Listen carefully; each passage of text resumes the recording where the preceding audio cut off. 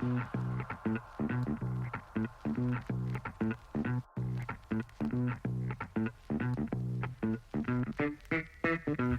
welcome to the Wired and Rewired podcast all about the hit HBO series, The Wire. I'm Chris, and this is my 1000th time watching The Wire. And this is Ellie. It's my first. If you're new to the force or a longtime veteran, we think you'll find something here to enjoy.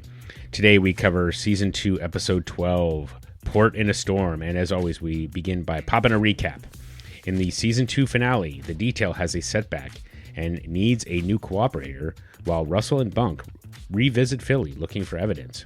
Brother Muzone talks with Stringer regarding their agreement, leaving Bell to contend with a dissatisfied Avon Barksdale. Bubbles and Johnny pull another caper, and McNulty and Greggs return to the west side, where they discover new connections. Herc and Carver feel disrespected by fellow officers, while Nick tries to come to terms with the Greeks and himself. Omar and his crew have a new target, and the feds are less trustworthy than they seem.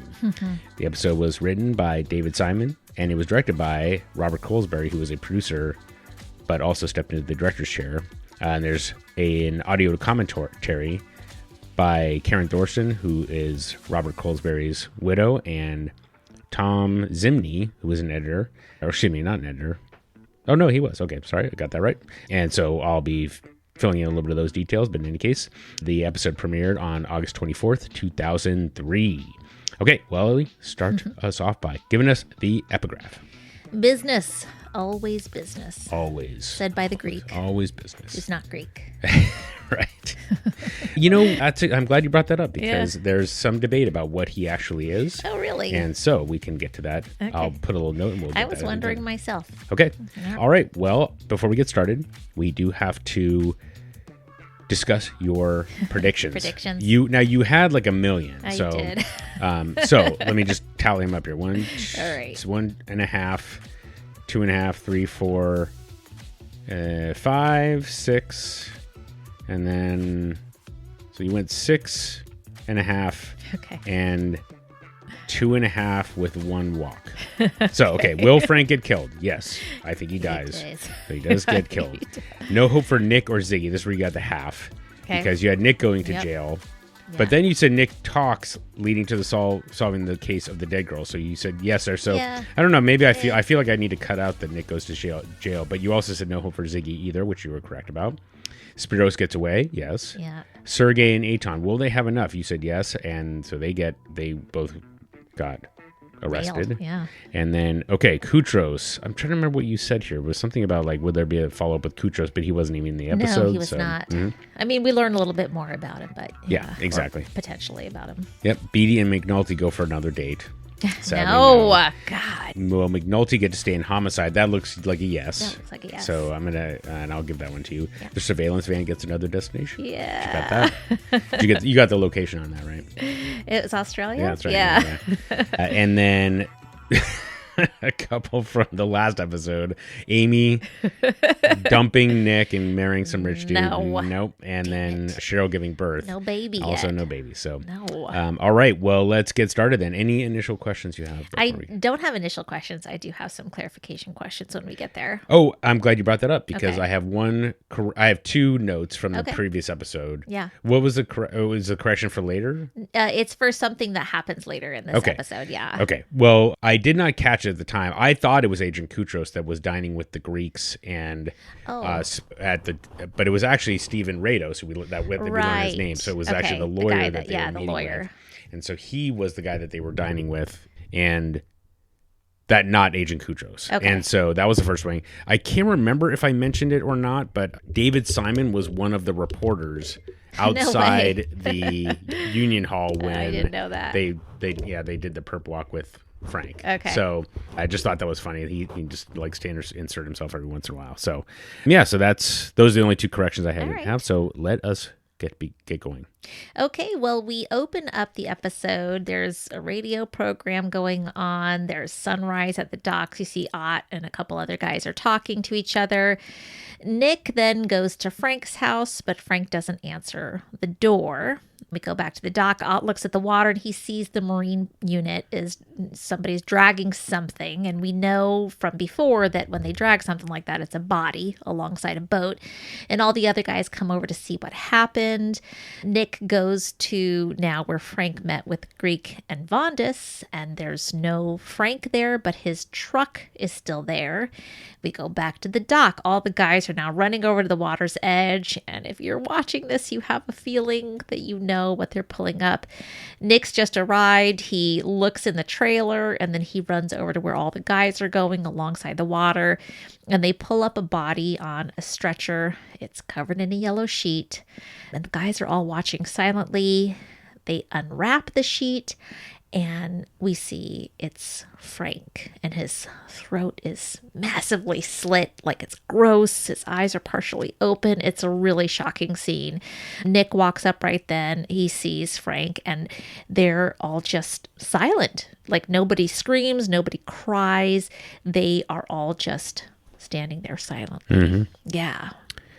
Yep. Quite the scene. I kept on thinking, like, why isn't anybody crying? Why isn't anybody running over there and like throwing themselves over his body or anything? It's so stoic. Yeah.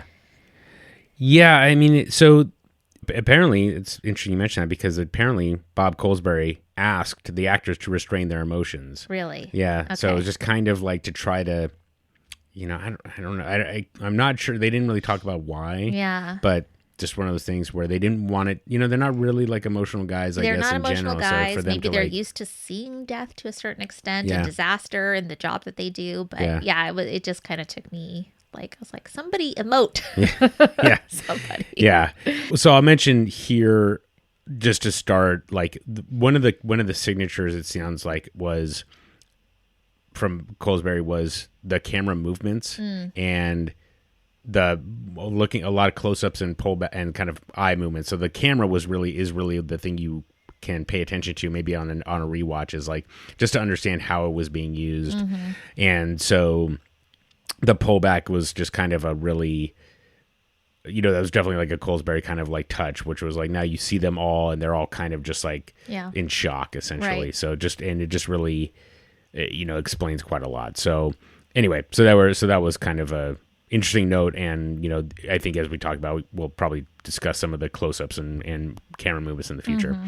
But yeah, so a question for you. So you saw the body being dragged. I mean, at that point you knew what was happening. Yep, So because you like, weren't sure, right? Shit, yeah. Okay. I bet that's Frank. How did you feel when that? I was kind of surprised that they skipped over his killing, like he's dead. Yeah. Like we did not see any of that happen. Mm-hmm. And I've been kind of thinking about the motivation for not showing that. You hear later about how he fought the guys and how brutal it was, and it's an interesting choice. But Frank is a dignified character, and maybe it would be undignified to show him go through that. I don't know. It did surprise me that I was just like, oh crap, he's dead. Yeah. Oh my god. Yeah. So yeah. That's a good question. I mean, I'm guessing.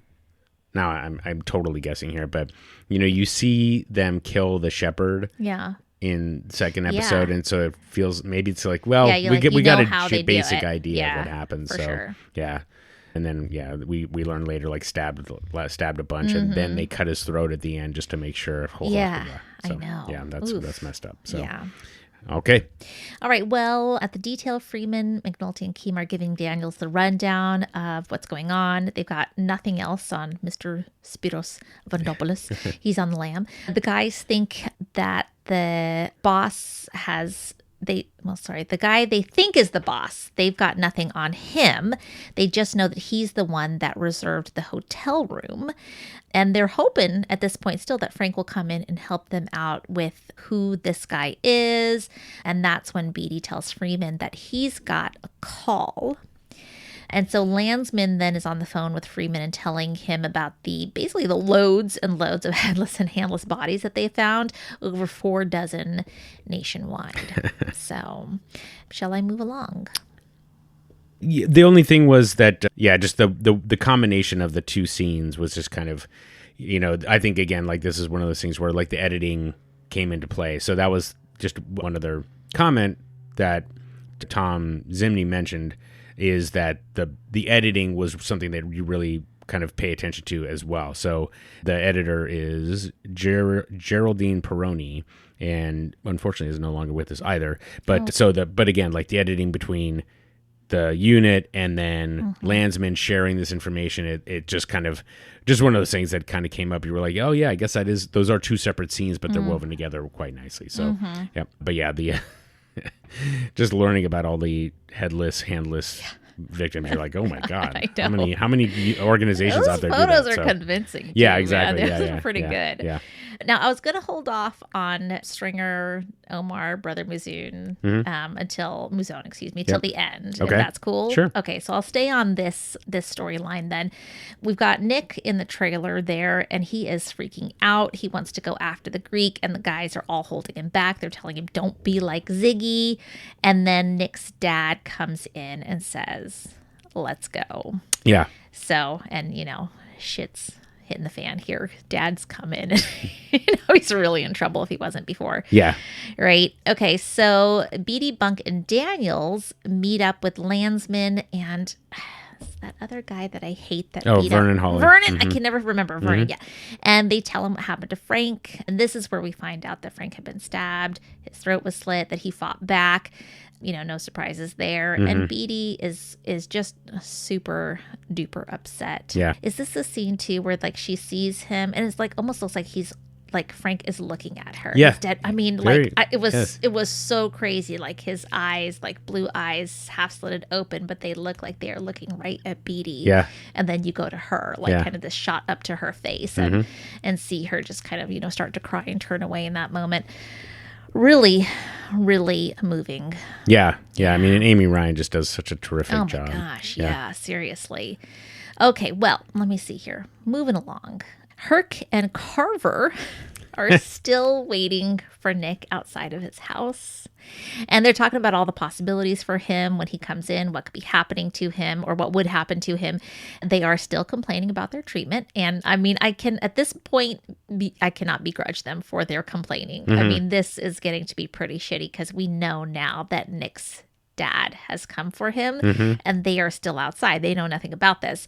Herc says he wants to go back to narcotics. Carver is not sure at this point, and he points out, Daniels has really been there for us, which is interesting in light of what happens later.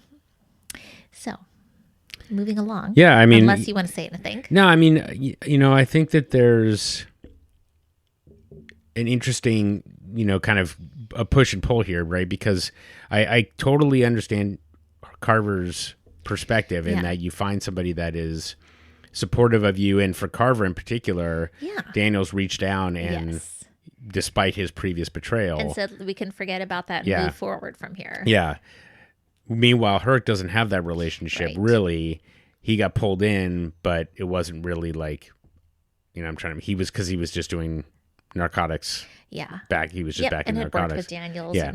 Yeah. And so for Herc, he still have that mindset of just like being very up the chain or, climb the ladder kind of mentality, despite the fact that he is not really putting in the mental or, otherwise effort to try to actually earn his way up. It's just he wants to find somebody that will advocate for him. So anyway, it's an interesting kind of inflection point for Carver. It is, and it's like a huge juxtaposition when you compare it to when Carver first joined them and Herc's so excited, they're all so happy to work together. He like tackles him onto the couch, and like now that they're at this other point where they're so bitter about everything. Yep. All right, well, let's see here. Daniels tells Valchek what happened with Frank, who almost, quote, feels sorry for the son of a bitch. Yeah. Daniels does throw him a bone, which I don't think he deserves, frankly. And he says, you were right about Frank, and now Burrell's going to keep my crew together as a major case squad working out of the criminal investigation department. And then says, they kind of move along the conversation as if you're going to charge him. And him is, of course, Prez, Valchek's son-in-law. Daniels, forewarns a little bit. Everyone has recorded down what they saw happen, what they heard happen. They have all heard you call him a shitbird first. And Valchek's kind of like, this division, who cares that I said that? Nobody's going to care. And really the issue is that, the FBI, they're real tight asses with these reports. And, that's going to be really against protocol to them.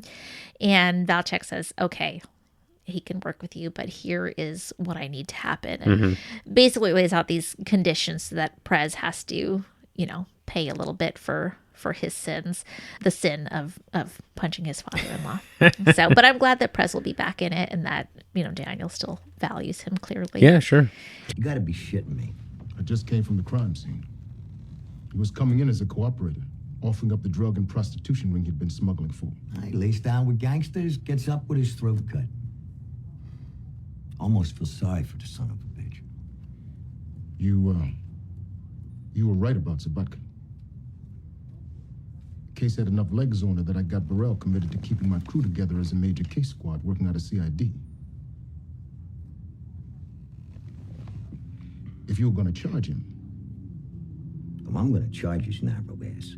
You're going to do your son-in-law. You don't think I didn't tell her not to marry that brain-dead son of a bitch?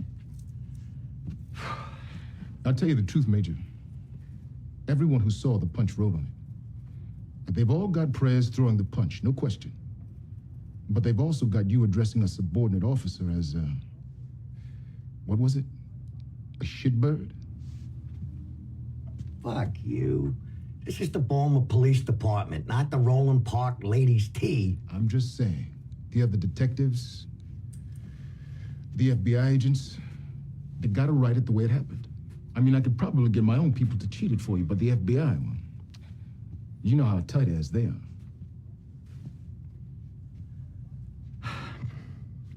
Roland Presbalewski rides the southeastern desk on midnight shift for 2 months, during which time he writes a personal letter of apology to everyone seen that punch throwed, in which he makes it absolutely clear that it was a penny cheap sucker punch that would have got his ass kicked in by a real police, except for the fact that I have my daughter's feelings to consider. And then he can come up here and say the same to my face. And after that, he wants to piss his career away in your unit. I could give a hairy ass fuck. Lieutenant? Yeah. Yeah, I mean, and it's kind of an interesting juxtaposition compared that to Hurricane Carver, right? Yeah. So Prez, absolutely, fucked up, right? It wasn't even just, Hurricane Carver did not. They're just, and here he is, stepping in front of Prez to try to, keep him from getting charged. Yes. And so in this scene in particular, it's kind of interesting because there are two parts of the dialogue where one character has his back to the other. And so when Daniels is throwing Valchek a bone and just kind of trying to, grease the skids a little bit, Valchek is just staring out the window.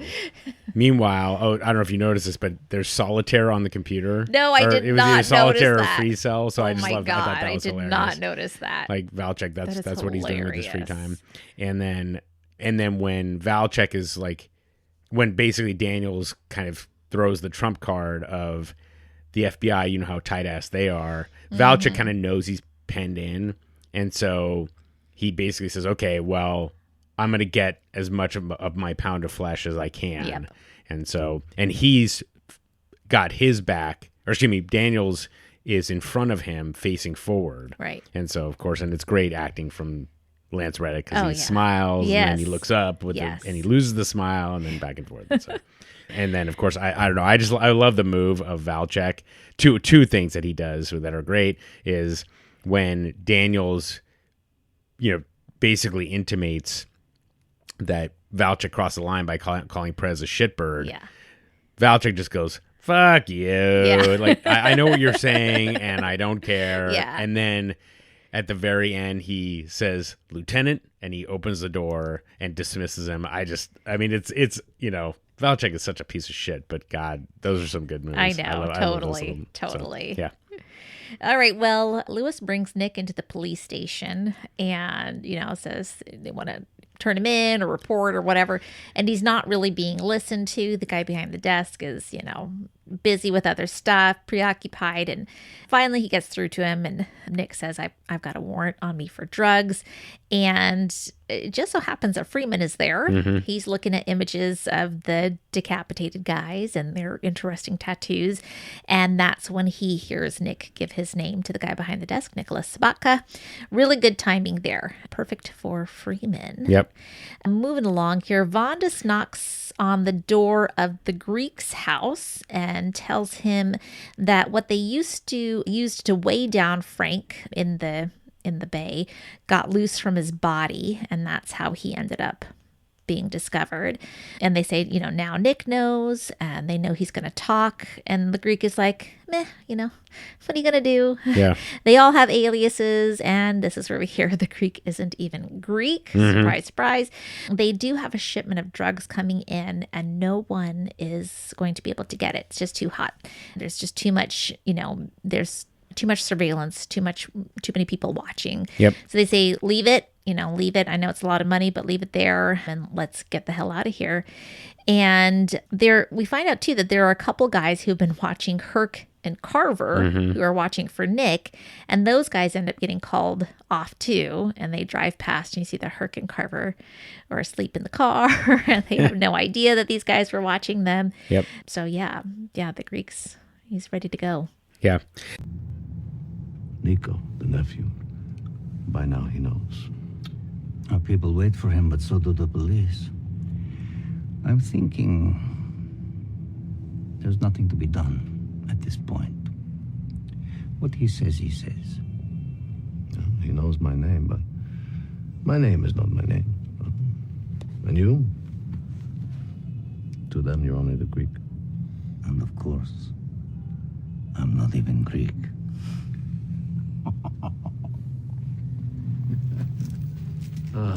So we go. But there's a little business to do first. We have a shipment on the docks this week. 150 kilograms. And no one to pick it up. Not just Sergei. I miss Frank too. We can't disappear the can, but maybe we send someone. Bring it off the docks. Legitimate.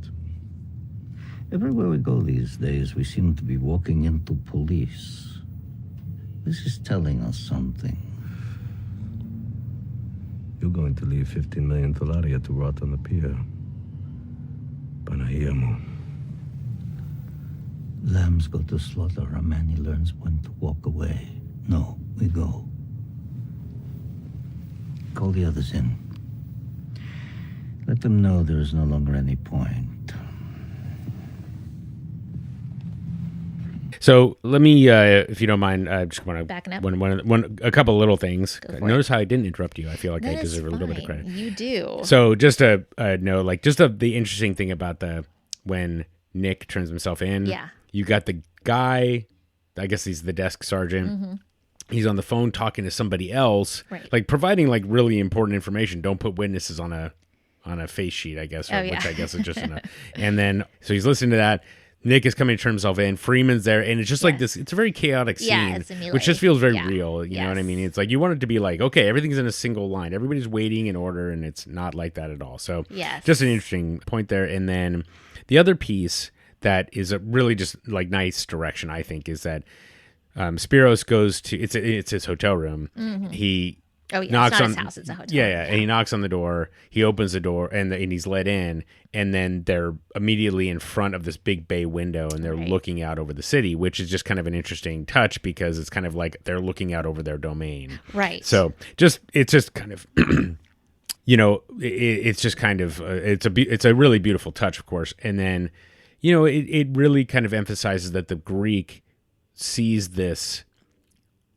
The much bigger picture, Yeah. right? Like they are going to lose money on the shipment, but when you look at the bigger picture, it's better to lose the money on the shipment and just, stay in business, stay in business. caught, Exactly. And not go for it. And so it really just goes to show that, businesses like any other business, they take losses every once in a while and, you just go for it and, but you don't like throw good money after bad, so to speak. So, right. So I'll mention here, I guess, is that the Greek, the prevailing theory is that the Greek is from Cyprus. Oh, okay. And the term is Cypriot. And Cypriot. And so which is very close to Turkey. So that's presumably how he was able to speak Turkish to the shepherd at the beginning. Oh, and it's also pretty close to Greece as well. So there you go. So interesting. Yep. I like that you said too, like he's looking over his domain, because there is something about the way that he's standing, looking out the window with his hands behind his back, and just kind of very confident. He looks kind of kingly. Yeah. You know what I'm saying? Like, that's totally. Yeah. And I think and then as you said, like, I can't believe we're being disrespected like this. Say Hurricane Carver, and they're asleep as these guys. Now exactly. I don't think they should know that what these guys are about. Probably not. But I think they should maybe take turns snoozing, right? Instead of both sleeping at the same. They've been there for a long time. I'm gonna give it to them. But. Yeah. That's a funny thing, and I don't know if our listeners are out there. It's like I don't know what life is like on a stakeout. It must be the worst. Oh, I don't sure know. It's I can't. Just terrible. Like I'm watching in that car and it's raining. Hours and hours. Yeah, and Herc is like sweating. Yeah, and you're like, it must be so humid in that car. This must be muggy. miserable. Yeah. God, brutal. Anyway. Yep. All right. Well, Daniels, Perlman, Fitz. We got Eileen, Nathan, and Rawls. They're all giving Burrell the rundown, and they tell him that Vondas is out there somewhere. Rawls is pissed that the 14 bodies are still unsolved, still going to be on his docket. And Freeman calls Daniels in that moment and tell them that Nick's there and he's flipped. Let's see here. So now the details, all talking to Nicholas Sabaka. And he tells them how he knows that they killed his uncle and the whole story behind how, he lets them know that he told Frank to go and talk to the Greek and Spiros, and that Frank would not let Nick come with him. He saw Frank's car was still there. Rhonda lets him know that the Greeks probably know that he's out there and talking, that he's a target. And Nick's like, oh yeah, I agree. That's probably true. Nick also tells them about the women that died in the can and what happened behind that. They tell Nick that Frank was going to talk to them and help get Zig at least a better lockup, and that they are willing to give him the same detail. And so right there, Nick starts, he points to the board. He tells them everything about Sergei, Eitan, Glikas, everything. He does protect Pacusa. Yep. That guy doesn't know anything. And Nick tells them that the guy that messed up the girls was, quote, a dead end in Philly. So now they got a location. They ask him about the guy in the suit with the silver briefcase in the picture. Nick says, that's not the boss man. And you're watching this, you're like, but the Greeks, they're the Greeks, they're the Greeks. And he does. He says, this guy is the Greek. It's a very satisfying moment for sure. So, yeah. Yeah. I don't know why you got Horse's picture up there. Horse don't know shit. I'll testify to that. What about the Russian? He drove for him. Anything that had to come off the docks, he was that guy. But I also got the feeling that if somebody had to get hurt, he was probably going to be around for that part of it too. Why did you think that? Well, Sergei, he just carried it like that. And also, after them girls died in the can, they told me that whoever fucked that up, they had already got to in Philly. They said that whoever did that to them girls was dead. And how did they say it? They just said, I don't know, that the guy that you all was looking for, he was a dead end. A dead end? Yeah. In Philly, they said. Who's the suit?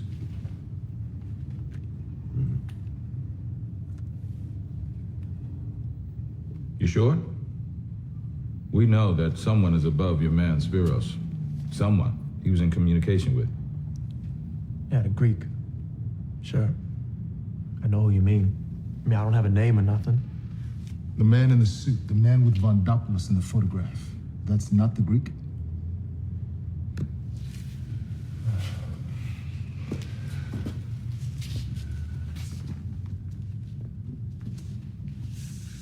That's the Greek right there.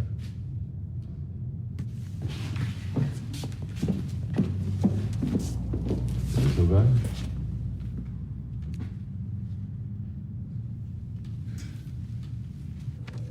Yeah. So Good scene. did you feel like it was explainy?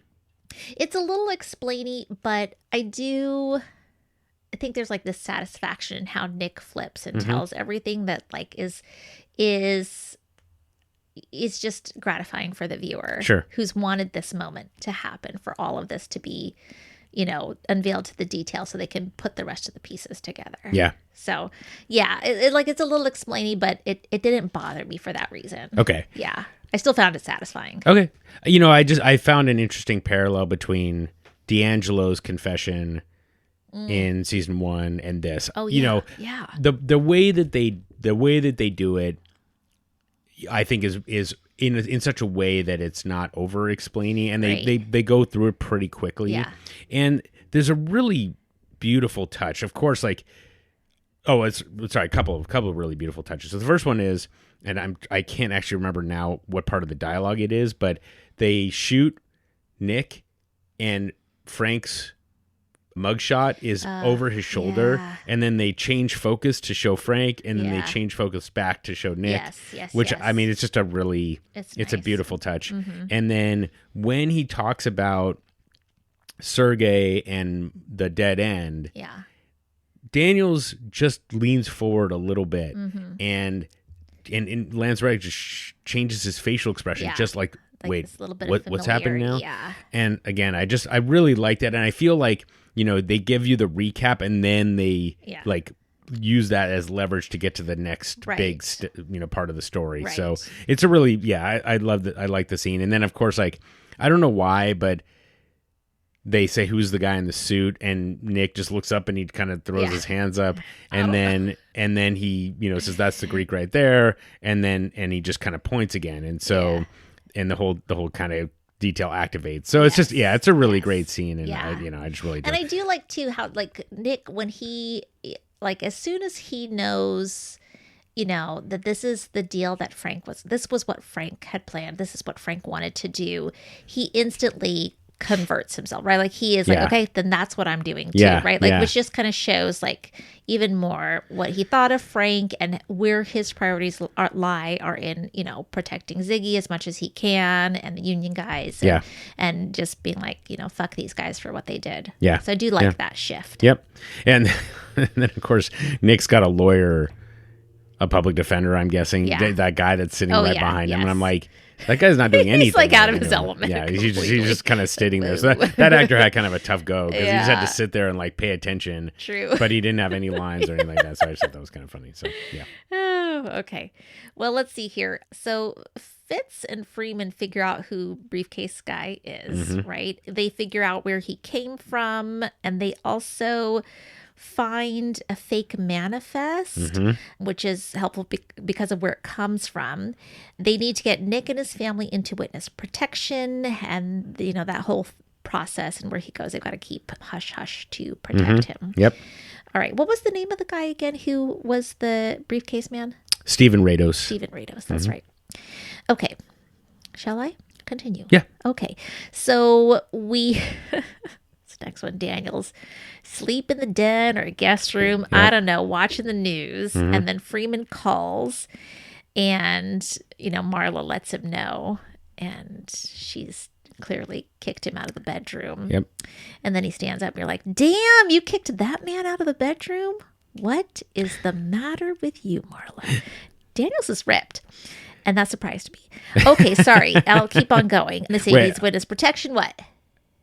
Wait, sorry. What were you want going to talk about Daniel's well, body some more? I felt like I was like, they talk about guys with a V-shaped torso. Yes. And I was just going to say that he doesn't have just a V shape. He's got V with serifs on the top.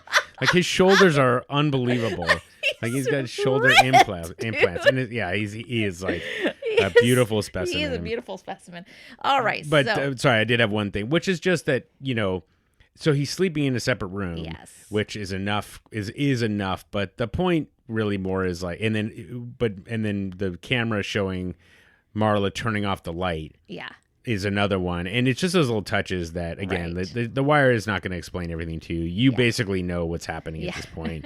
And I want to just mention here, just to kind of tease it, is that, there's an interesting, like, the, cost, I don't know, just like there are at least 3 relationships in this episode that are starting to deteriorate. Right. You can see Oh, it. So yes. this is the first one of the 3. Yes. And so, I don't know if it's connected to the business always business, but just how, the jobs that these people take on can, or the business side of things, when we think about Stringer, we talk about him in a little bit, the business kind of can end up costing you personally. Right. So it's just kind of interesting there. Yes. And how that all goes together. So, and this is the first one. So. Yep. Fitz is looking at some papers that came off the fax, and then he calls to talk to Kutris, and he finds out that Kutris isn't in San Diego anymore. Instead, he is in counterterrorism in D.C., and he's been gone for more than a year. Yep. Okay. I'll have more questions about that later. Okay. Fair enough. We'll get there. All right. Carver and Herc are still outside of Nick's house. They are so pissed. They are super pissed. So finally they're like, fuck this. They go over there. They knock on the door and, they tell Lewis, who answers, like, if he doesn't come out, they just like, they're threatening. They're terrible. Yeah. But Lewis tells them rather rudely that Nick went to turn himself in last night, and they give him Lewis gives them a card, and it's Freeman's card. And we're like, oh no. Yikes. Yeah. Yeah, it's not good.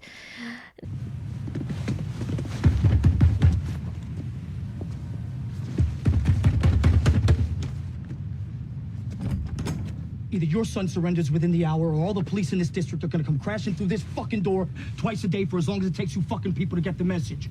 You hear me, pal? We will take this door once in the morning and once again at night, and we will toss your house until there isn't a piece of furniture with more than 3 legs left on it. You hear me? Officer, my son turned himself into the police last night at Southeastern. A detective was there at the time.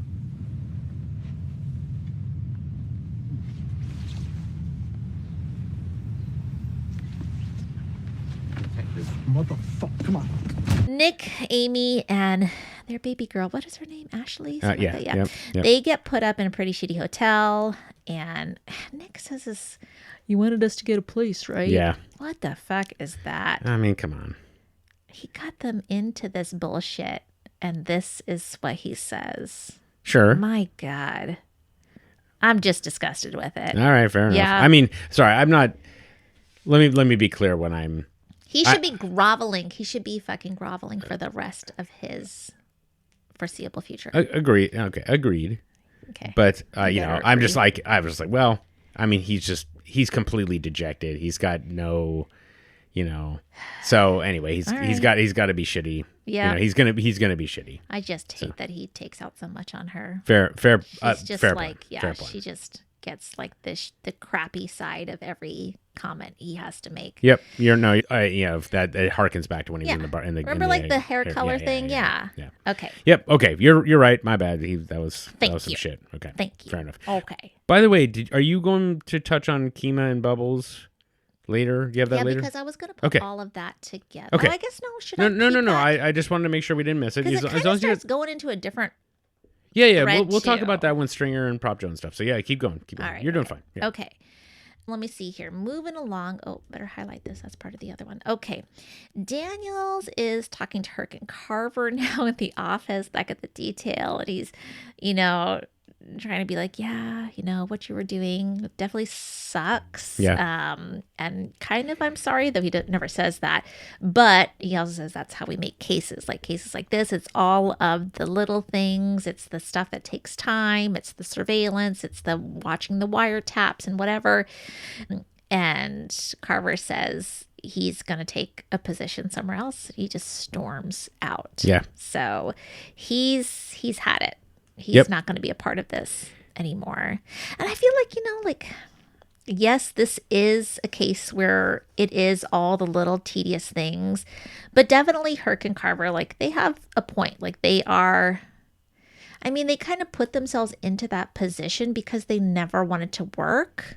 They were always, they were always about the action and never wanting to do that stuff. So that's why they get pushed into all of the very menial jobs around it, not maybe the interesting stuff about, that's really gathering data, gathering intel. But still, like you kind of have to just do that and do the best that you can and show that you're doing it the best you can. And that's how you get the things that are a little bit more exciting over time. Yeah. So, I don't know. Like, I feel for them, but also I'm like, man, you really just kind of made your own bed when it comes to this stuff. Don't you think? I do. I'm trying to. I mean, if I'm just sitting like in a retail shop and I'm folding shirts and I don't want to fold shirts anymore, well, I will make sure that I fold the shirts as best I can, and I will try to anticipate when the pants are looking a little bit messy and go over there and fix. You know what I'm saying? Like, and we don't ever see them doing that ever. So on that point, you are correct. On the other hand, I'm trying to think. I'm sticking with your retail analogy for a bit, which is like, imagine that you were just like completely left off of like, oh, we're doing something new tomorrow. Yeah. And that to me is where the emotion's coming for Carver, because I feel like for him, it's not just that he was doing shit work. Yes. It was that his lieutenant didn't even tell him, right, hey, by the way, that shit work that you're doing, that you're suffering through, you don't have to do that anymore. And so they were just kind of, he was just kind of felt forgotten and neglected. Yeah. Forgot where they were. Yeah. And that's a pretty powerful feeling to get over. So, and I just love the way that Robert J. Hogan played it, where he's just like staring and Carver's just going off and on, going on and on and on. And he's just like staring at him. And then he's like, my son's already turned himself in. And it's like, Carver just turns around and walks off because he's got nothing left. So I know. Yeah. So officers. Yeah, exactly. Son turned himself in. Yeah. So anyway, that's a pretty, did you mention, by the way, the detail looking at the bodies and just like, I bet somewhere there's a guy. Okay. Yeah. Yes. I did not mention that. Okay. Yeah. Yes. I thought that was just a hilarious little line, which, for what I consider kind of a very dark episode, they have some pretty funny stuff in here. Yes, I agree. Okay. I agree. Let's see here. We have, Oh, I'm sorry. I'm sorry. I forgot, but like I had to interrupt you at least once. Carver mentions Major Colvin, who we only saw the one time, but he was the major that came in for the episode when the little boy was shot. That's Colvin. Yeah. Okay, that's right. I was wondering when he would come back into the picture. Mm-hmm. There you go. So is he gonna be more in season? He'll be in season 3. Okay. I'm not no spoilers, no but he will be in spoilers season there. 3. Yeah. All right. Right. His name's Robert Wisdom. He is absolutely fantastic. Okay, good. I'm looking forward to that. Okay. Then. Okay, so let me see here. Oh, la la la la la. I'm moving on here. I lost my place. Okay. Yep, I got we're at it. Bunk and Beatty going to Philly? Yes, we're going to hold off on that. Oh, okay. Okay. Instead, Nick and Ashley, they're watching cartoons. Amy calls to him, asks what will happen from there, and he doesn't even seem to hear her. He's like, he is sent to another place right now. Mm-hmm. Johnny tells Horse about the can that they know as the Greeks can, and how do they know that it's the Greeks can? Because it comes from Le Havre, France. Yep. Le Havre, France. And Horse just says, dump it. Yep. Let me see here. Let's see here. Freeman and Fitz are watching the can that Horse just disappeared. Mm-hmm. Let me see here. Prop Joe and Spiros are talking. He tells them that there will be some new people to work with in a week. Spiros tells Prop Joe that. And, Prop Joe's like, well, is there any more supply for me right now? In the meantime, a week's a long time. Unfortunately, no. He's going to have to wait. And he tells Spiros, have a good trip. Where are you off to? And nothing. Spiros leaves and Prop Joe just sits there on the bench. Sorry to hear about my boy Sergey. Aton too. You lost some good people. There'll be some new faces. A week or so, they'll find you. Just as they'll find the others that work with us. Week? I ain't got enough of your good shit to last much past that. You got anything to lay off before you leave? The last shipment is lost. Lost? How you mean? The police may be sitting on it. You ain't sure? There's more where that came from. Always there is more. All right then. I'm gonna let your new people find me. Have a safe trip. Where you say you off to again?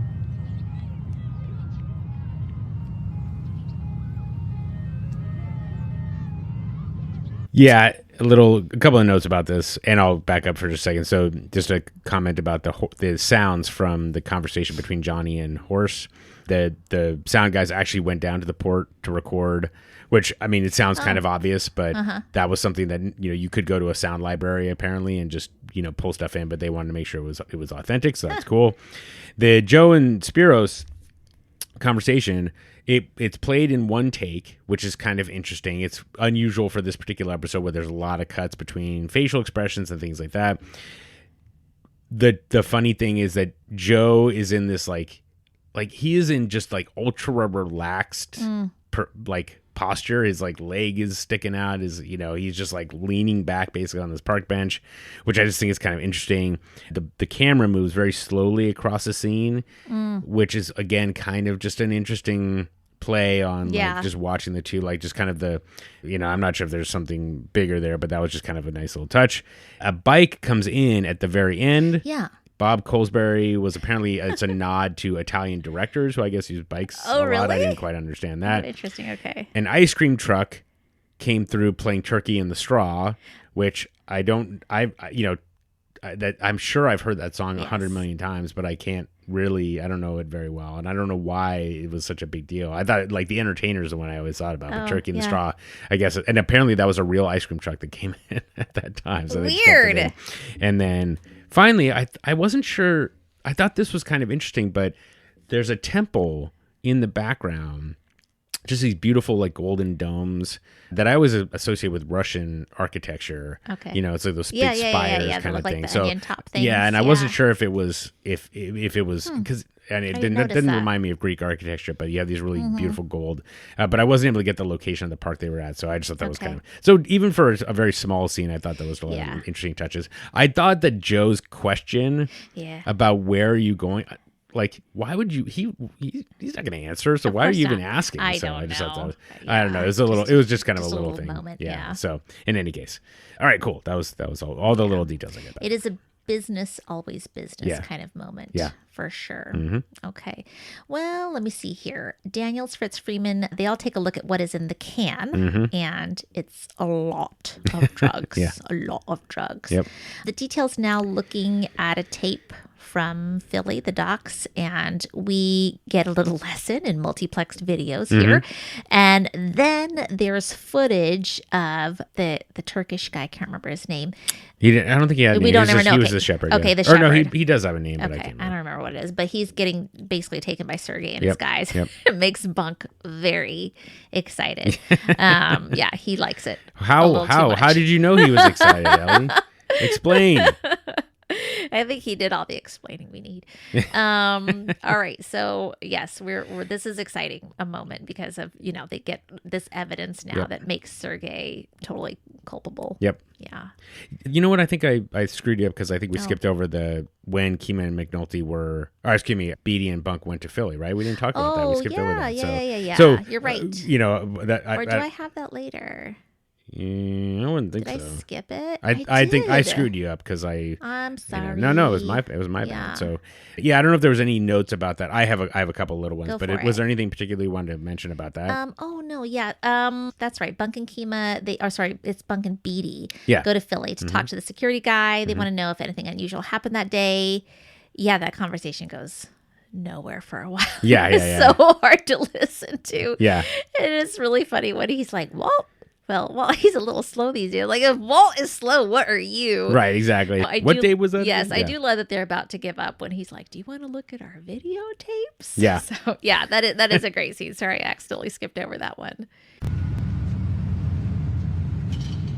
You say you want everybody came on the port that day? No, we're looking for anything out of the ordinary. Probably at night. Oh, unusual. You should have said so. What you asked for before... That's what we... You're right, sir. Absolutely right. Just see if there's anything like that.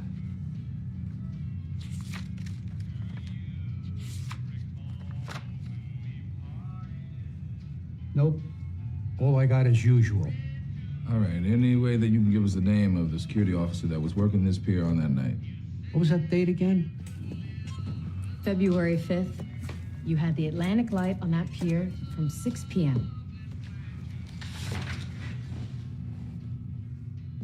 It was Walt. Walt Stokes. Is he working tonight? It's Tuesday. Walt's off on Tuesdays. What do you want Walt for? See if he can make any of these.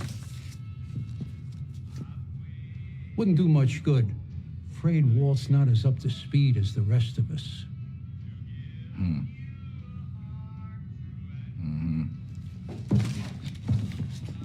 Seeing as you come all this way, though, you might want to have a look-see at the videotapes.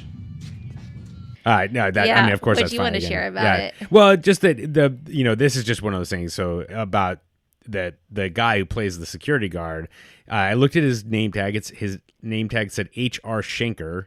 I don't know if that means I don't know if that means anything, but he was just hilarious, and he was just like, "Oh, Walt's not that sharp anymore. What date was that?" And and he's like, "Since you come all this way," and then he just like reveals that he's got all the tapes from like basically the last 50. So God, anyway, so funny. and then one thing from the commentary that was cool was that they said that when Bob and David were happy with David Simon were happy with a character actor, they really just they enjoyed the scene a lot more, and they made great friends with the actors, and I really do feel like that came through quite well because that actor was really hilarious. Yes. Just in how like yes he was both like knew all had all this information and then played it, but also played it really dumb. He so did. Really good job. So Yes. anyway, sorry. So now that skips ahead. So that's how they got Yes. that's how they got the multiplex. Good. Yes, that's right. Video, Thank and you. so now how Bunk got so excited and how we know about that. So okay, All I right. think we are all caught up and sorted out now. OMG. Okay, sorry about that.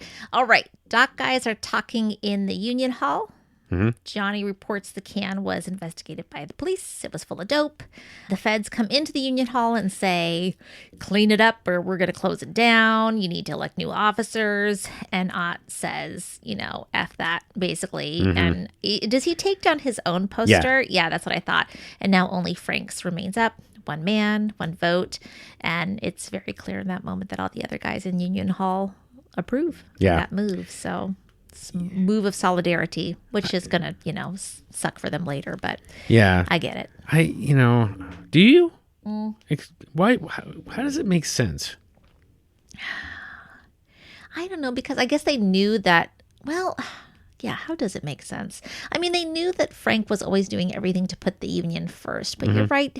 Frank did put them in a bad place with the Greeks and all this extra scrutiny. I don't know. Maybe it doesn't make sense, but he just died.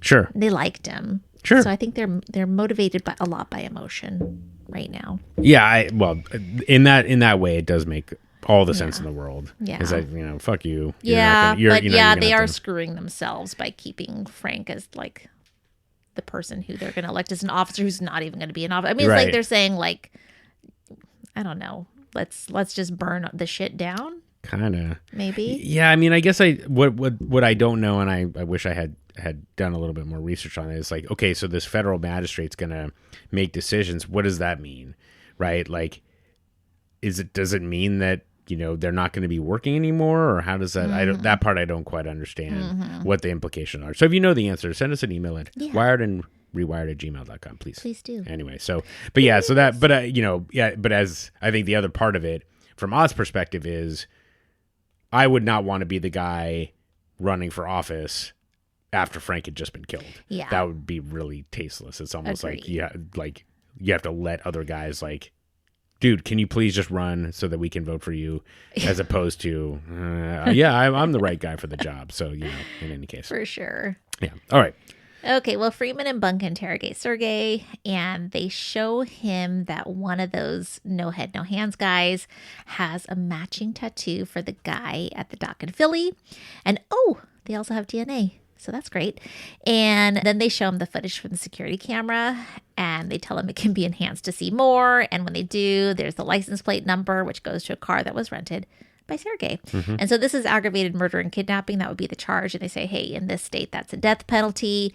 And, you know, after that, Sergei talks and they tell him, Sergei tells them who did the murder. You know, Sergei's like, I did not kill him. Vondas killed him. And Bunk happily reports that news to Daniels and Beatty. At this point, the 14 girls are cleared, and now they have an extra homicide to boot. You don't think that had anything to do with this smoke, huh?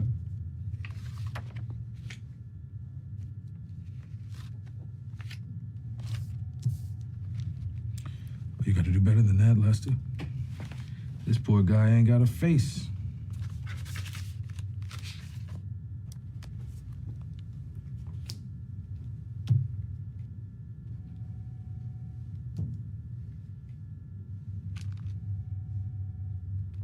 Did I mention the DNA matches? This has nothing to do with me.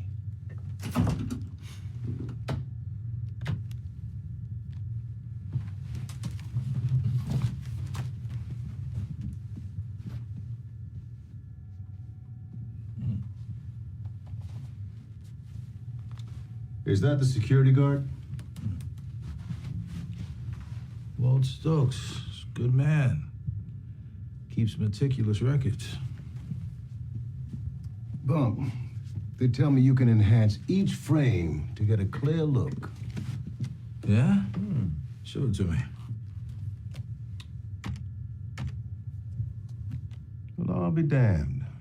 Maryland tags. Juliet Lima Yankee. 545. That comes back to a BWI rental. I wonder who rented it. This is aggravated murder and kidnapping. In this state, it's a death penalty case. I didn't kill him. I was there, but I didn't kill him.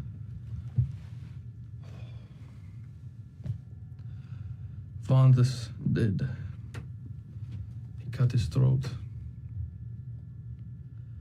The shepherd was supposed to watch over the women. Instead, he used them to make money. One of the women she fought, she was killed. And this idiot kills the rest to make no witnesses. He had to die.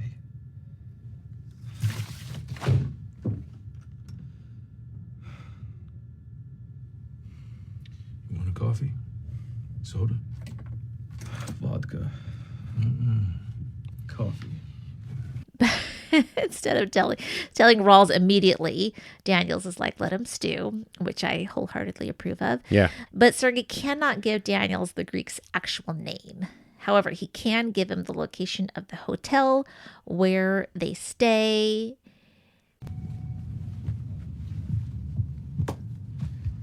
They're down. All 14 of them. Abated by the untimely death of a known suspect.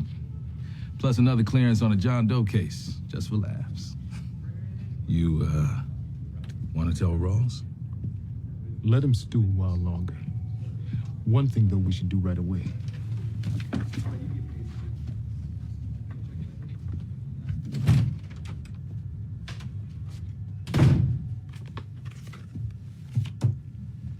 Who's the man above Vondas? The Greek. What's his name? You want a chance at anything less than death row? You're gonna tell me right now whatever it is you know about where those bastards might be. A hotel at the harbor. This one?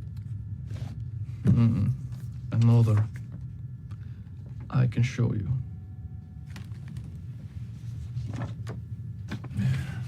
Sadly, they are gone, though. Yep. So instead, Spiros and the Greek are at the airport.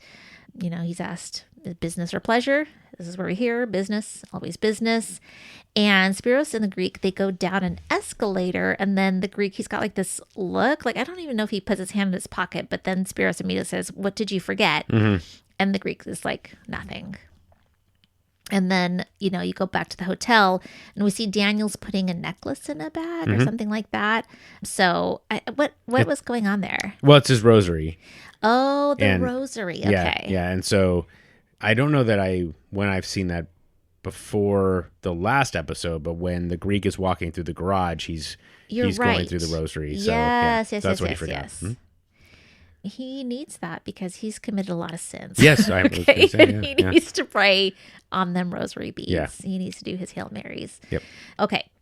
So, go ahead. so a couple of little comments here. So the Sergei confession scene is, again, like the way they deliver the information is really smart, I think, because he's first stonewalling them, and then they here's the license plate, and then here's the your name, and now then they drop the threat of aggravated murder. Yeah.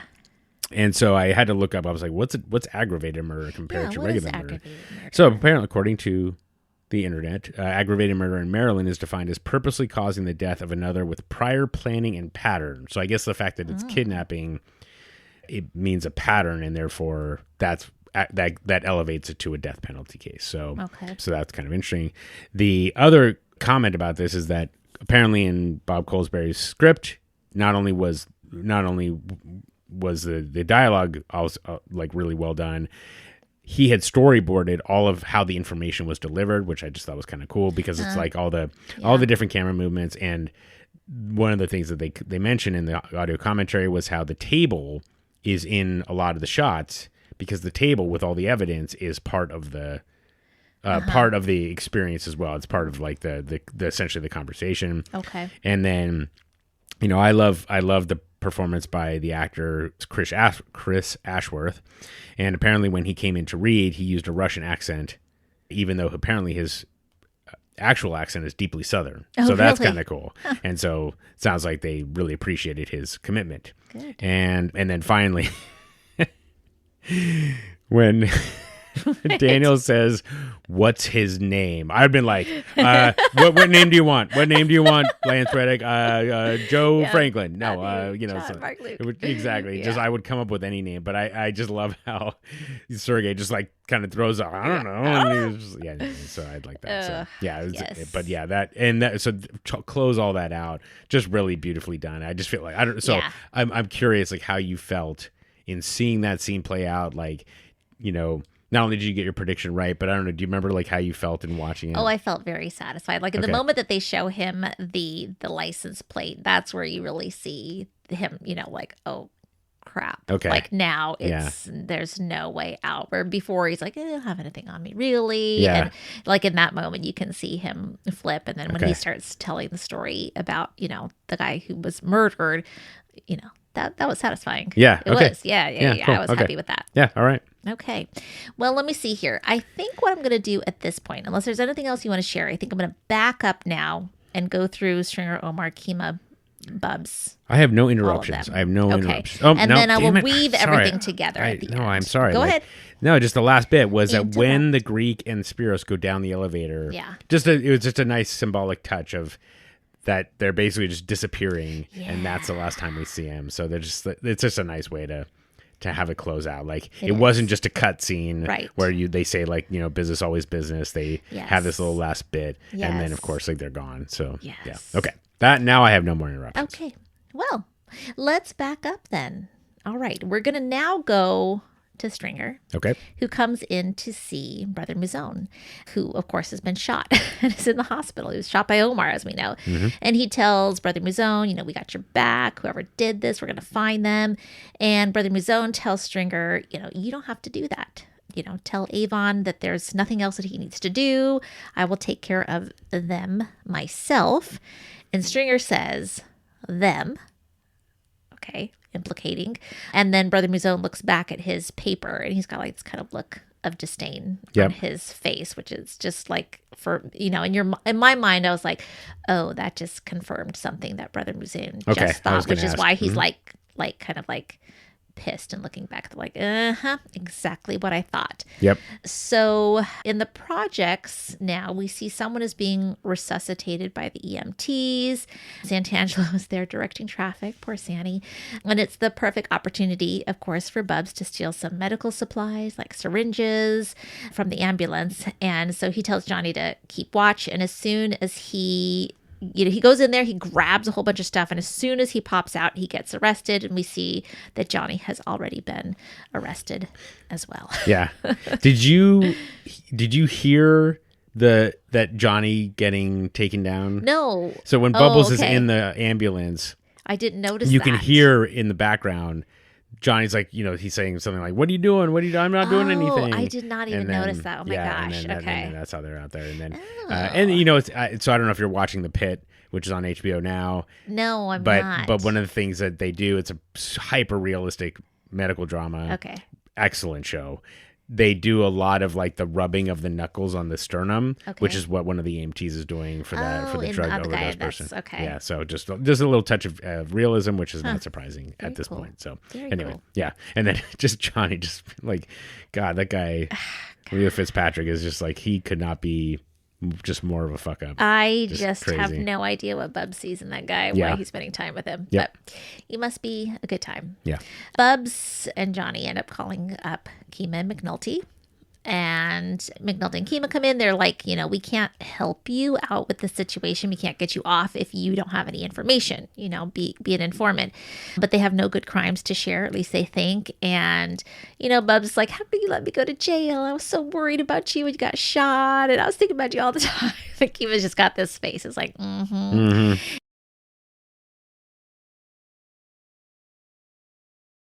And Johnny says, well, what about the East Side guy that got shot by the bow tie guy? And we know this is Cheese getting shot by Brother Muzone.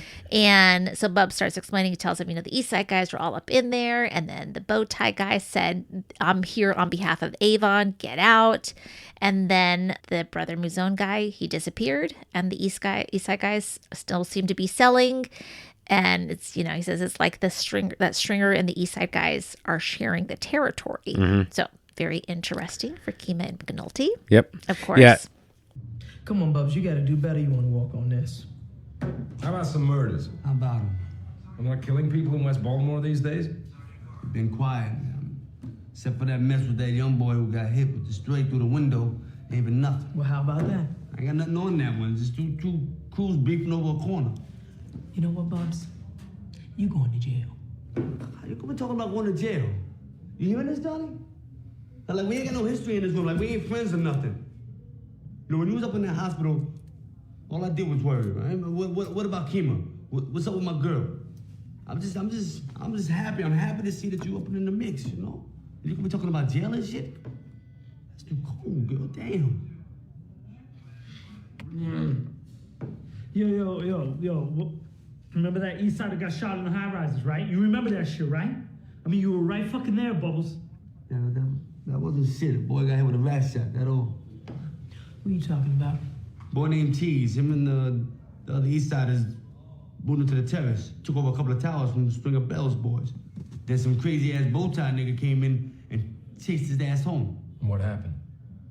Mr. Bowtie, he ran him off. And he told them East Side fools, them towers belong to Avon. Then he ain't come back no more. And now the East Siders are back up in there steady slinging. I mean, they ain't like a war or nothing. It's like a Stringer Bell and them are sharing them. Sharing? Yeah, so I loved Kima just playing it hard, Yes. And just Yes. like there's a point where she loves him, though. Yeah. And just, McNulty's kind of got this sly smile, but he's letting her play it. And, just it's an interesting, just the setting itself, right? They're in this room, like it could not be like more bleak. Yes. Right? It's green, kind of this like greenish tile, and there's absolutely nothing in there. And, and then of course there's what I really like is, so again, like Johnny is, he kind of springs the whole like next phase of stuff where he's like, hey, remember when that East guy shot, You were there. East Side guy got shot? And it's like, oh, then it like leads to all this other stuff. So he's just kind of sitting there otherwise, and he's like, you know, I'm going to save my ass and so on and so forth. So yeah, and you know, Andre Royo's not in this season at all very much, but God, he's unbelievable. I just don't know how you come in and just kill every scene you're in, even though you're, you know, in him, you know, I'm not sure how many scenes he's in, but he's just incredible. So he's so good. What did you think of his hair? Oh, I don't like it with it down in the middle like that. The fro style. I don't know, because that hair's not going to be getting in your eyes. Why do you need to pin it down? Yeah, okay. I was just curious. I just couldn't stop staring at it. I know. Anyway, okay. I have no idea. All right, and are we coming back to that? We're going to come back to that. Okay. Yeah, because that is the next scene involved here. Is Keem and McNulty look at the info on Cheese. It looks like Sandy was the guy who booked them. Yeah, and you know, so they're going to be let out based on this intel that they have now. And poor Johnny wants to use the bathroom. Yeah. And they're not going to let him. He has a colostomy bag, right? At this point, I wonder if he still does. I don't know if he still does. Yeah. McNulty and Keem ask about the product in the towers kind of at the last minute, and Bubs is like, it was shit, but now it's right. Yeah. So like, it was really, really bad before, but now it's back to being good. Yeah. So that's another interesting thing for them to note. Yeah. Okay. Yeah. And then Santangela's being like, fuck no, get out of here. Yeah, fuck no. I love that. God. Santangela, just let me use the bathroom. Yeah. He picked out an East Sider, all right. Cheese runs with Proposition Joe's mob. Had a few corners off of Ashland last I heard. What's the verdict? He did good for us. So I'm out to start, huh? Yeah, I owe you one, Sandy.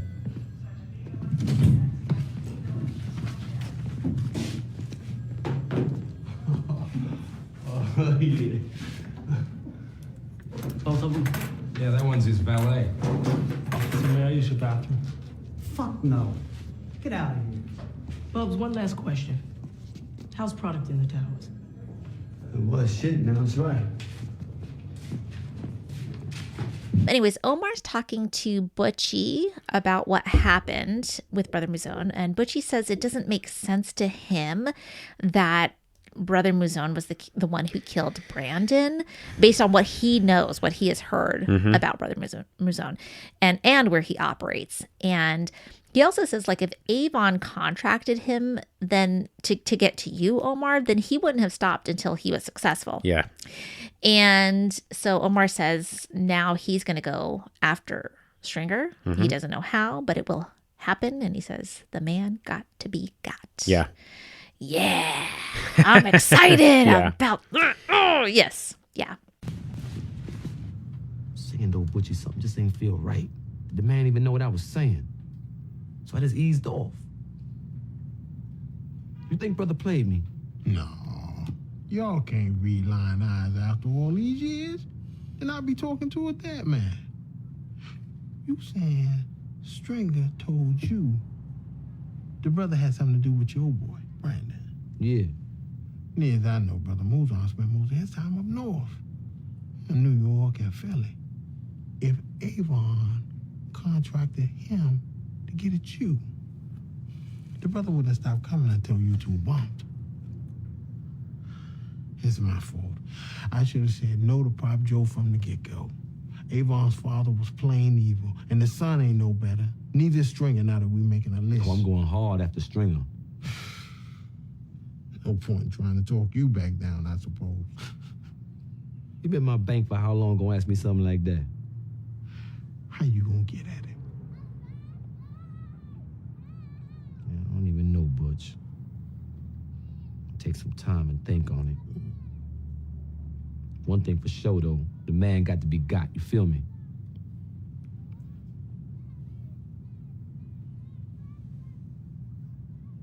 What you see, Butch?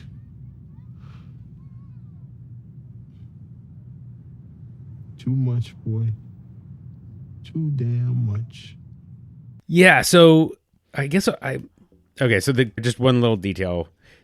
When they transition to Omar saying, you know, I'm going hard after Stringer. Yeah. They transition the camera to like looking kind of down on him, and yes, Butchie's still right. straight on, which I just thought was like, you know, I'm trying to think of like what it's trying to communicate, but I guess the point is I just like the touch of it, Yeah, right? Like I do you're too. looking straight on it at Butchie.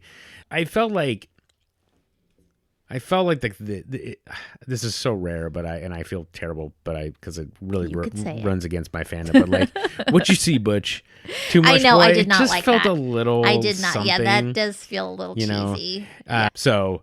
Yeah, but what are you gonna do, right? Yep, Every once in a yep. while, they've got those little lines. So, line but of course, the two actors are so good. They are. So They are. okay, I agree. That line kind of annoyed me. Yeah.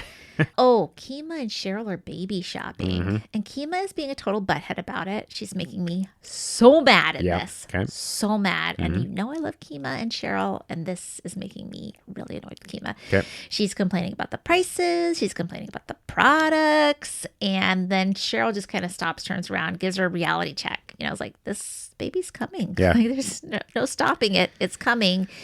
And then she walks on and keeps shopping. And, Kima's looks still unconvinced. Yeah. At the end there about this whole thing. I'm just like, oh, Yeah. babies are so wonderful. They're a miracle. What is the matter with you? Wow. But we know.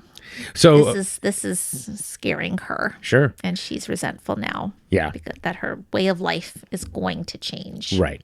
Yeah. So this to me is the second Relationship that gets so demolished. Yeah. So yeah, I mean, it better not get demolished. Kima better come around Okay. when that baby is born, and she's gonna love that baby and just be like, "Oh, this is what it's all about." Yeah. I mean, I guess it's probably like any other relationship where the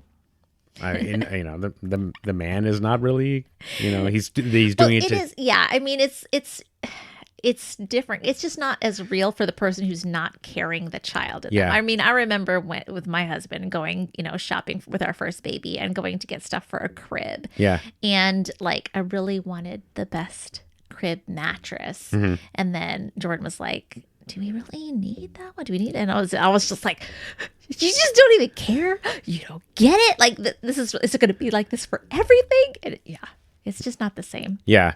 Well, yeah. So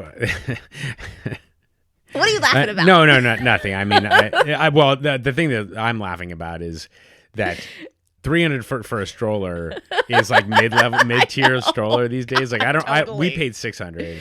Oh yeah. But it was worth every penny. I'll tell you that. Like sure. that's that's not the life. Good stroller. Like the difference between a $300 stroller. I remember we used like Gemma found one that we traveled with. Yeah. And it was just like a $50 one. Yeah. Just like, it was like, I was like, I can't believe that people walk around with these things. With this normal, So, yes, on a regular so there was basis. that. But I think there's the other part of it, which is like hopefully Jordan was like aware of the amount of money that, goes into that kind of thing. Yeah. I remember being overwhelmed by the choices, right? Like basically it's like, and so Cheryl is clearly steeped in this stuff. Yeah. Well, to some degree, Right. because I have a couple of the comments about this whole scene.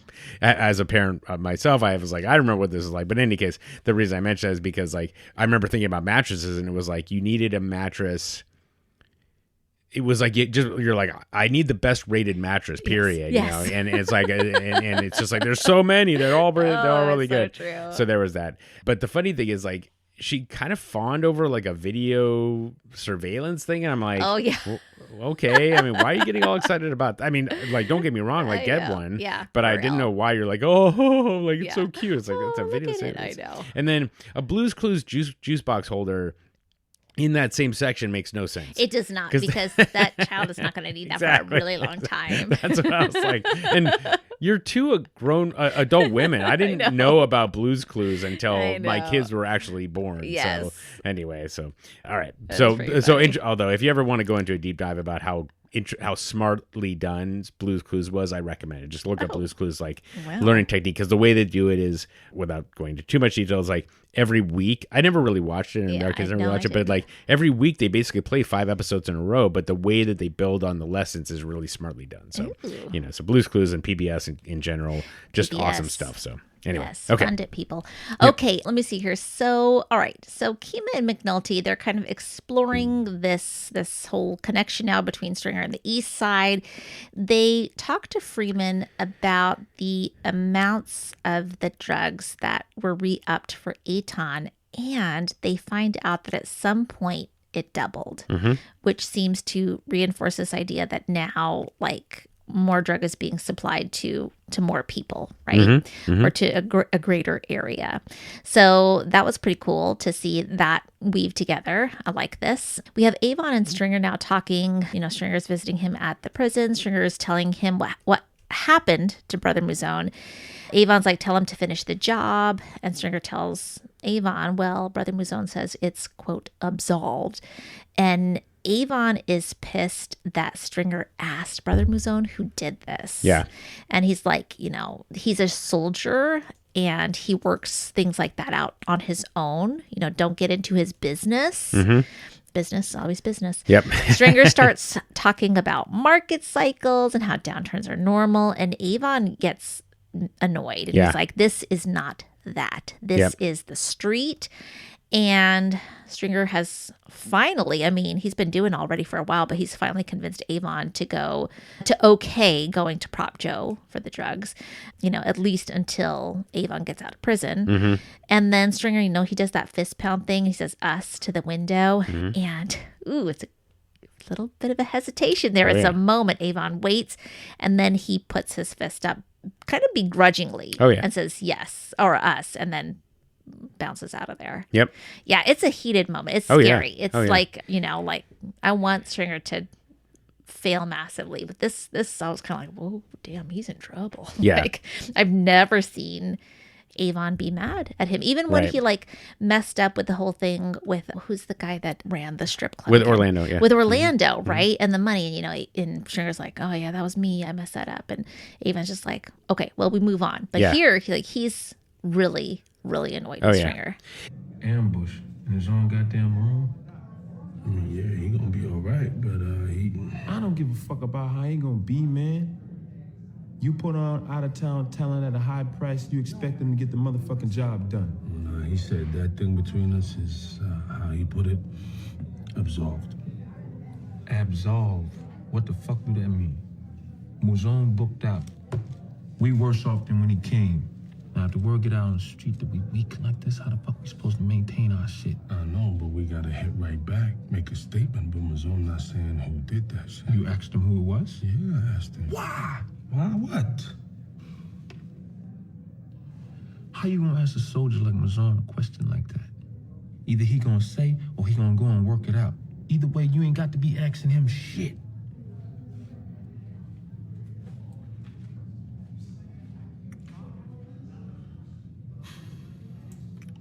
Man, every market-based business runs in cycles, and we're going through a down cycle right now. String, this ain't about your motherfucking business class either. It ain't that part of it. It's that other thing. The street is the street, always.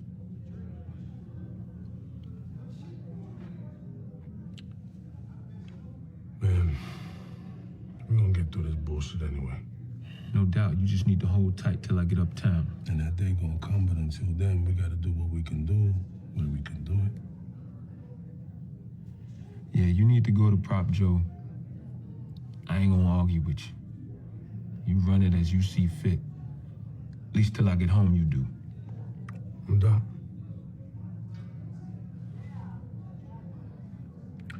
Us, man.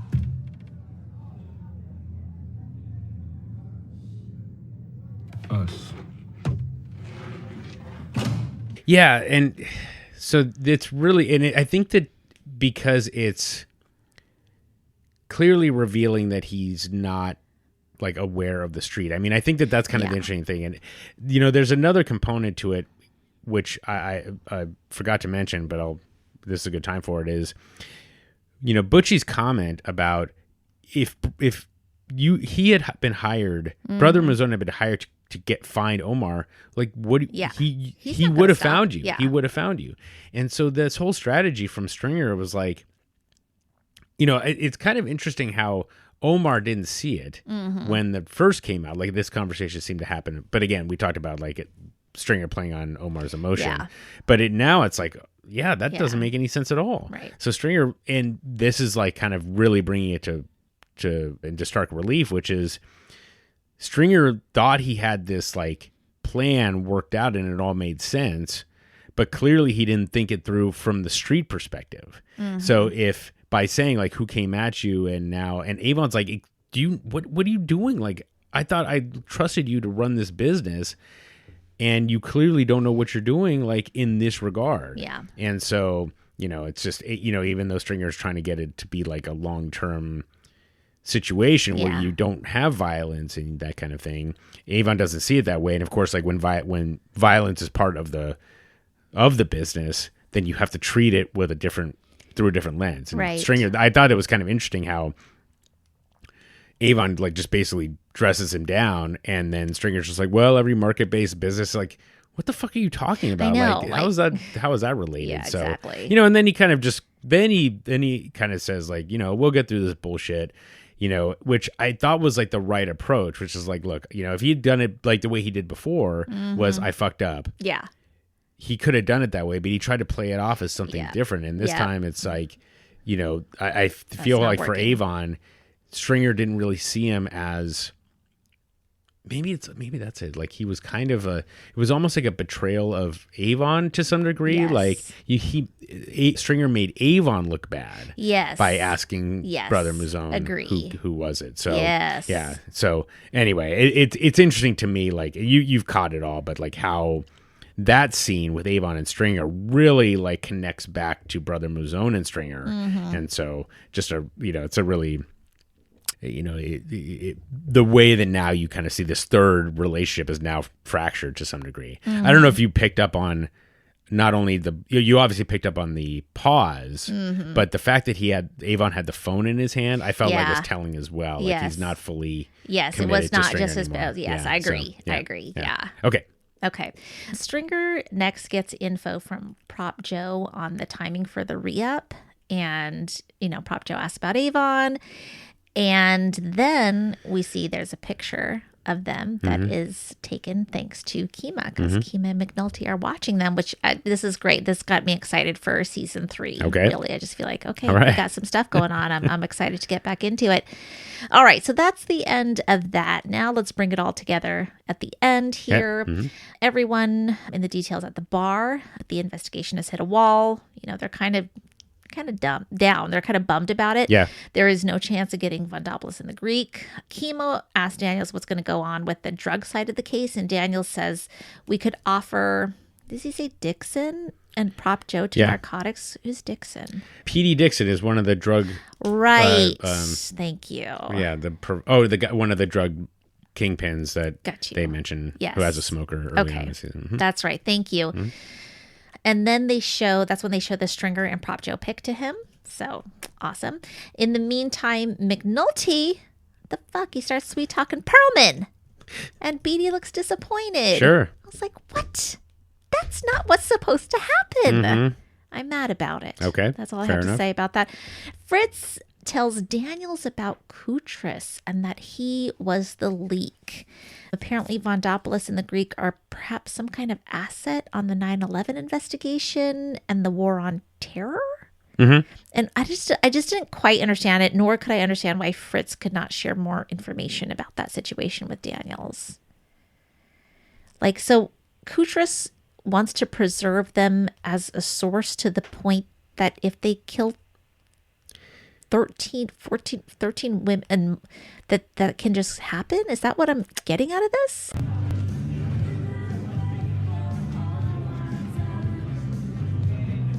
Lieutenant.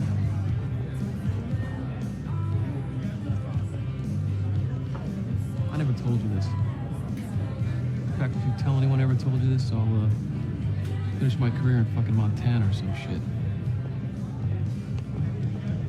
Sorry. The leak wasn't your people. When I called around looking for info on your targets, I used the FedCom software, you know? I thought I was talking to some fucking San Diego 9/11 boys in D.C. I'm guessing Vandopoulos, the Greek, was an asset to them. Hooked up like that, or who knows what.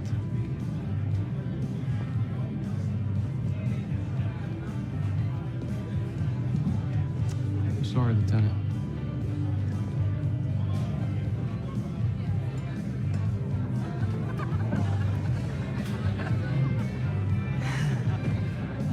Okay, Not exactly. Okay. Because like, what? Okay. He So is the terrorist. I mean, this is crazy. well, here's the tricky part. Okay. And I thought about this for a fair bit. Okay. Well, thank you. Because I need some answers. Okay. So I was like, okay, should Kutris, this was kind of my first thought. Yeah. Should Kutris have said, I have information that the Greek killed Frank Sabaka? Uh-huh. Because he tells the Greek that Frank Sabatin is a witness. Yeah. And then Frank turns up dead. Dead, yeah. The problem is, does Kutris actually know? Like, does Kutris actually know about this? Like, or sorry, put it another way. Does Kutris know that the Greek killed Frank Sabaka? Certainly, he should be suspicious. Mm-hmm. But just telling him that he's been killed, or excuse me, telling him that he's turned as a witness, and then that he then turns up dead, there's a big gap between those two facts. Okay. So that's the They've got first to thing. know that he's smuggling drugs, weapons, and women into the country. So he does know about that. Maybe he doesn't know about the 13 deaths. He doesn't know about the murder. He doesn't know who the murderer was. And I'm sure, like, and same for the Greeks. Like, the Greeks did not want those women to be killed. Now, so again, Okay. like, right there. So Right. Still, I just feel like that's something that he could have easily explored to find out why the hell they're after him in the first place. yeah, and but this is like one of the tricky parts about like being an informant, Mhm. right? Because this actually happened with Whitey Bulger Right, okay. right? He Yep. was a mob boss, but he was yep. an informant, He was an informant, and he yeah. was also being protected. So Yeah. it's something the FBI does. So if you want to say fuck the FBI, you're not wrong. Yeah. I would say in this case, but Okay. how far Kutris is willing to let them go, I think is, it's pretty clear he's willing to let them go pretty far. Okay. So All right. so ultimately what happened is, as Fitz said, like, by feeding the status update to the system, this guy who is in this area and is getting information about counterterrorism, that's how he gets, or that's why this guy is a protected informant. yeah. So did that answer your question? Yeah, it does. So Yeah. I mean, I take your point that, Yeah, though, I mean, of it's course not- we all look at yeah. it as like, well, wait a minute, Kutris, like, don't you realize what you're Right. protecting here? But, Yeah, exactly. But I guess there are just trade-offs In their minds, yeah, when it comes greater to good. Yeah, and I mean, that was the whole thing we talked Right. about before when they got the Colombians' drug shipment, right? Yes, Yeah. exactly. Hmm? Yeah. All right. In the same scene, Herc and Carver, they're off talking by themselves. They look Mhm. totally annoyed. Let's see. Beatty does a little spiel about how the world keeps turning. Freeman offers another round on him. Nobody seems to want to take him up on it, but then Beatty decides that she'll Yeah. have another one. Yeah. And that's kind of the end of that scene at the bar. It's kind of like it gives you a little hope for what's going on with, Prop Joe and Dixon, and ultimately Stringer, but the rest of it's kind of a letdown. Yeah. Well, I mean, I think that's obviously the message. So, Right.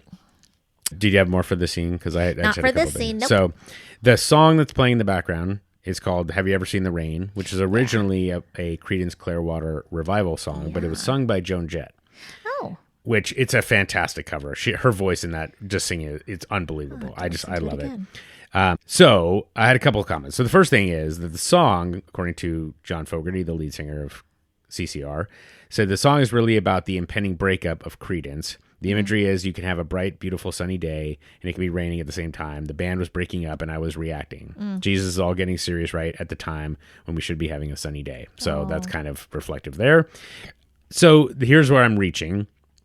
Right, because the unit's kind of breaking up and all that. Now the case is over. But here's where I'm reaching. So Joan Jett singing, I'm like, why did they use Joan Jett and not CCR as the song? Like, why pick this woman? And I was like, I have to believe that because the victims were women, that using this woman singer, I just felt like it was just a connection back, like that ultimately these 14 women were killed. Yeah. And so it's just a reflection back that like they did finally get some justice, but obviously it's it's not whatever. So anyway, I just thought it was kind of an interesting touch, and I like the connection, whether I'm making it up completely out of whole cloth or not is something else. So. I'll buy it.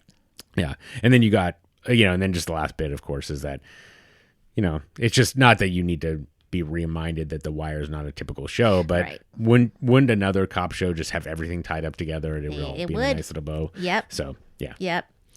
Nick gets up early from the hotel room. He says he's going to go to work, and he's not worried about, the Greeks guys messing with him on their property, the docks. So we move on then to Valchek, who opens a letter, and we see a photo of the surveillance van that's still being transported. It's now in Australia. And Valchek whispers something in Polish. It's rest in peace. Very good. Yeah. Rueful. Yeah. But pretty sweet. There's no work for Nick at the Union Hall. I can't remember who he's talking to, but he talks to Lala. Lala, yeah, exactly. Seniority sucks if you ain't senior. And he leaves. And anything you want to share before we go into the closing montage? So the first thing is the Elrich Motel. It's a 2-star hotel off the real hotel, the Pulaski Highway in Maryland, Baltimore, Maryland. I think that there's How something. did you find out that's where they were? They see show the sign on the outside? They show it. Yeah, okay. yeah. Oh my God, that's good. And I love that's like a real place. Okay. So as much shit as we get Valchek. Yeah. And when he like first talks to Daniels, he says, lay down with gangsters, wake up with your throat cut. I think that in his heart, in his heart of hearts, he never wanted something like this. He just wanted, absolutely not. He just wanted his window. He just wanted and his so window. it's kind of like he feels some regret. And Yeah. Al Brown, who plays Valchek, I mean, he really does a fantastic job in this episode because he goes from being like a complete asshole, I mean, which he's been all season 2, delivering this line where what he, you translated what he says, but you really feel it, and there's something about that. Yeah, so, rueful. Yeah, definitely. So, and then I think that's we can get into the montage. Okay, well, here we go at the end. Closing montage. Now, this is one of those moments, Chris, that you talk about where the music's not part of the scene. Yep. I'll let you talk about that in a minute. But, Nick, you can see he's thinking about everything that's happened, just reflecting on it, and Frank's death. He's staring at the water near the docks. The U.S. Marshals end up closing down the Union Hall, as they said they would. Johnny 50 takes a piss on the Greek's last container full of drugs, and there's cops watching, and he flips him off. Perlman prosecutes Eton and Horseface, so even though Nick tried to protect him, he still got in trouble. Yeah, they pretty much had him locked in. Yeah. Rawls and Landsman celebrate the clearance of the women, the Jane Does. Ziggy, we see in prison, walking along. Hopefully he's doing a little bit of easier time. Yep. Davis, Clay Davis, is that his name? Yep. Yeah, and some other politicians break ground on condominiums. Yep. Condominiums that will go up where the grain pier was supposed to go. Beatty returns to the Port Police, and she looks very sadly at the trailer, and then she just puts her headphones back on, listening to her music like she did at the very beginning of the season. Freeman dismantles the Details Investigative Board. He takes all the pictures down, but he leaves up the photo of the Greek. And then we see like an old woman with a for sale sign in her home, and outside is Frog and his crew, making obscene gestures at her, and she looks scared. And she can't get out soon enough. And then we have Poot and Puddin'. They are watching the police go through their area. We've got all of the dock guys getting drunk on a street corner. They are just tying one on and look like they are going to get in trouble. And then Prop Joe comes to get a shipment of drugs from the back of a truck, and out of the truck comes some women who clearly haven't seen the light of day for a while. Yep. So more women who are being sold into prostitution, into slavery, sex slavery. And then we just see Nick walking away, and the rain starts coming down. Yeah. Woo. It's a rough montage, man. Yeah. Well, the song is called Feel All Right. Okay. By Steve Earle, who plays Waylon. Oh. Bubs' Narcotics Anonymous guy. But Steve Earle apparently a friend of David Simon, so that's how that Okay. happens. But yeah, I mean, it's very depressing. Yeah. And I think the only thing I'll just probably mention, apart from the guy who's announcing the granary, the people that are breaking ground with Clay Davis, they are like the definition of fat cats. Oh Like, my God, just totally. you look at them, you're like, they look oh. just like so happy. Yeah. Their sunglasses and their gold shovel Yeah. and smiling for the camera. Yeah, Yep. for sure. So, yeah. But then the other thing, I just got to give credit to Karen Thorson and Tom Zimney about this, where they were talking about the fence, right? Mhm. And so the fence is kind of like, you don't know which side of the fence you're on necessarily. Yeah. And so, it keeps people out, but it also can keep you in. And so Right. for Nick, I thought the really interesting, like, view was at the very end. The camera pulls in on him, and behind him there's a factory that you can see in the background. Yes. And so you just feel like he is penned in by Yes. this, this kind of old way of working, Right. way of life. And Yes. so Factory life. it's one of my favorite montages, I think, for the entire series. It's just Mhm. really terrific. And the song itself is just, it's just a banger of a song. Yeah. I didn't have a chance to look at the lyrics, but I just thought that was, but to me, it's, he's like talking about being like being hope and people looking up to him and that kind of thing. And it's all kind of false, I think. So Okay. yeah, I don't quite know how to connect to feel right, but anyway, yeah. And then you get it, and that's the end. And then he just walks on and it starts Yeah. to rain. And so, yeah. And that gets to the end. So That is the end. yeah. Woo. I wanted to add one more little detail, which is that Cheryl, Melanie Nichols King, is actually pregnant. Really? Yeah. So she got pregnant between the two seasons. And it was actually something they were going to do regardless. And no so it was just like way. super fortunate timing. Fortuitous, So okay. yeah, they didn't have to do, mess with that at all. So, all right. And yes, we talked about Kuchers. Oh, we talked about that. Yeah. So, and that kind of gets us to the end. So, Yeah. All right. Well, What a season. before we get, well, so I did want to talk a little bit more about that, but Okay. we do have to get to some of the categories before we get to the how the season hold up. So the killer cameo, did you have one? Yeah, it's the guy that worked at the docks in Philly, the security guy. 100%. For sure. As far as I can tell, I can't. So there were a couple of guys. One guy, they credited him on Fandom as Schuster Vance as Walt Stokes, even though that wasn't Walt Stokes. Okay. It's H.R. Schenker is the guard, Yeah. but Walt Walt's a was little the guy. slow. Yeah, exactly.